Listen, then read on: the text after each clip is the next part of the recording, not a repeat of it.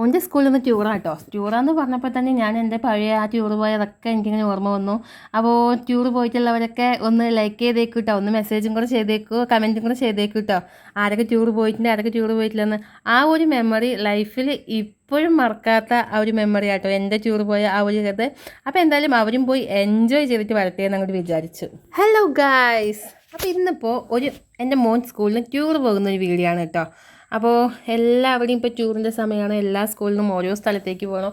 അപ്പോൾ ഇവൻ്റെ സ്കൂളിൽ നിന്ന് പോകുന്നത് ചാവക്കാട് മറൈൻ വേൾഡിലേക്കാണ് കേട്ടോ.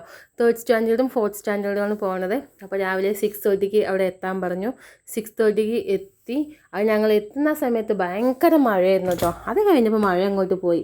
രാവിലെ കുട്ടികളെ മുഷിപ്പിക്കാനായിട്ട് വന്നൊരു മഴ എന്ന് പറയില്ലേ, അതുപോലെ അവിടെ എത്തിയതും എല്ലാ കുട്ടികളും ഭയങ്കര ഹാപ്പി ആയിരുന്നു. എല്ലാവരും അങ്ങോട്ടും ഇങ്ങോട്ടും കഥകളൊക്കെ ചോദിക്കുന്നു, കഥകളൊക്കെ പറയുന്നു.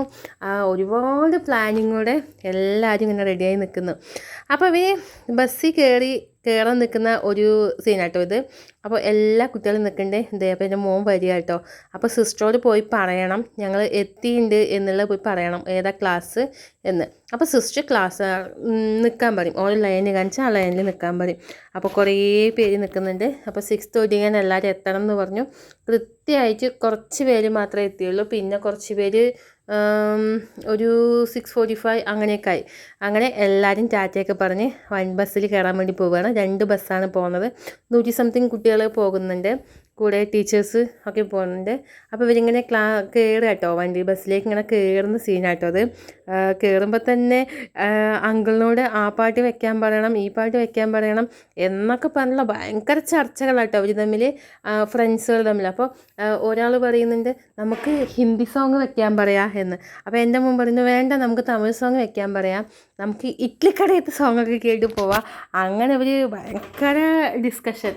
ആകെ മോർണിംഗ് പോയി ഈവനിങ് തിരിച്ച് വരും. ഒരു 8 o'clock ഒക്കെ ആകുമ്പോൾ ഇവർ തിരിച്ചെത്തും. പക്ഷേ ഇവൻ്റെ പ്ലാനിങ്ങും ഇവരുടെ സംസാരവും എല്ലാം കേട്ടാൽ ഇവരെന്തോ ഒരാഴ്ച ട്രിപ്പ് പോകുന്ന പോലെ കേട്ടോ. ഇന്നലെ മൊത്തത്തിൽ ഉറങ്ങിയിട്ടില്ല. അതായത് രാവിലെ എണീക്കുമ്പോൾ തൊട്ട് രാവിലെ വിളിച്ച് വിടുന്ന ആ സമയം വരെ വെറുതെ എനിക്ക് ആ ഫോൺ നോക്കുക കിടക്കുക, അങ്ങനെ ഭയങ്കര ഇത്. ഞങ്ങളിങ്ങനെ കൊണ്ടാക്കാൻ പോയ ആ ഒരു സമയത്ത് അത് മോളുടെ ക്ലാസ്സാണ് ബാക്കിലുള്ളത്. അപ്പോൾ അത് ഞങ്ങളിങ്ങനെ എന്താ തുറന്നിട്ടില്ല എന്നൊക്കെ എന്നോട് ചോദിക്കുക. അപ്പോൾ ഞാൻ പറഞ്ഞു ഞങ്ങൾ നേരത്തെയാണ് വന്നത്, അതുകൊണ്ടാണ് ക്ലാസ് തുറക്കാത്തത് എന്നൊക്കെ പറഞ്ഞ് ഇങ്ങനെ നിൽക്കുക. അപ്പോൾ അങ്ങനെ അവൻ പോയി, ടാറ്റയൊക്കെ കാണിച്ച് പോയി. ഞങ്ങളവിടെ ഇങ്ങനെ കുറച്ച് നേരം നിന്നു. അവരുടെ ബസ്സിൽ ഒരുപാട് പാട്ടുകളൊക്കെ വെച്ച്, ഫ്രണ്ടിൽ പോയ ബസ്സിലായിരുന്നു മോന്.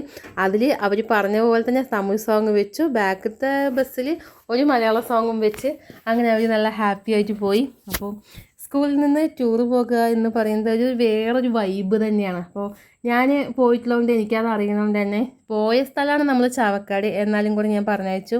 അപ്പോൾ ആ വൈബിനൊത്ത് ആളോട് എൻജോയ് ചെയ്യാൻ പറഞ്ഞിട്ടുണ്ട്. അങ്ങനെ ഒരു ബസ്സിൽ ലൈറ്റും പാട്ടും എല്ലാമായി പോയി. അപ്പോൾ അങ്ങനെ ഇടയ്ക്ക് ബസ്സിലൊരാളോട് അവൻ ചോദിക്കുന്നുണ്ടായിരുന്നു, അങ്കിൾ ഇതിൽ സ്മോക്ക് ഉണ്ടോ എന്നൊക്കെ ചോദിക്കുന്നുണ്ടായിരുന്നു.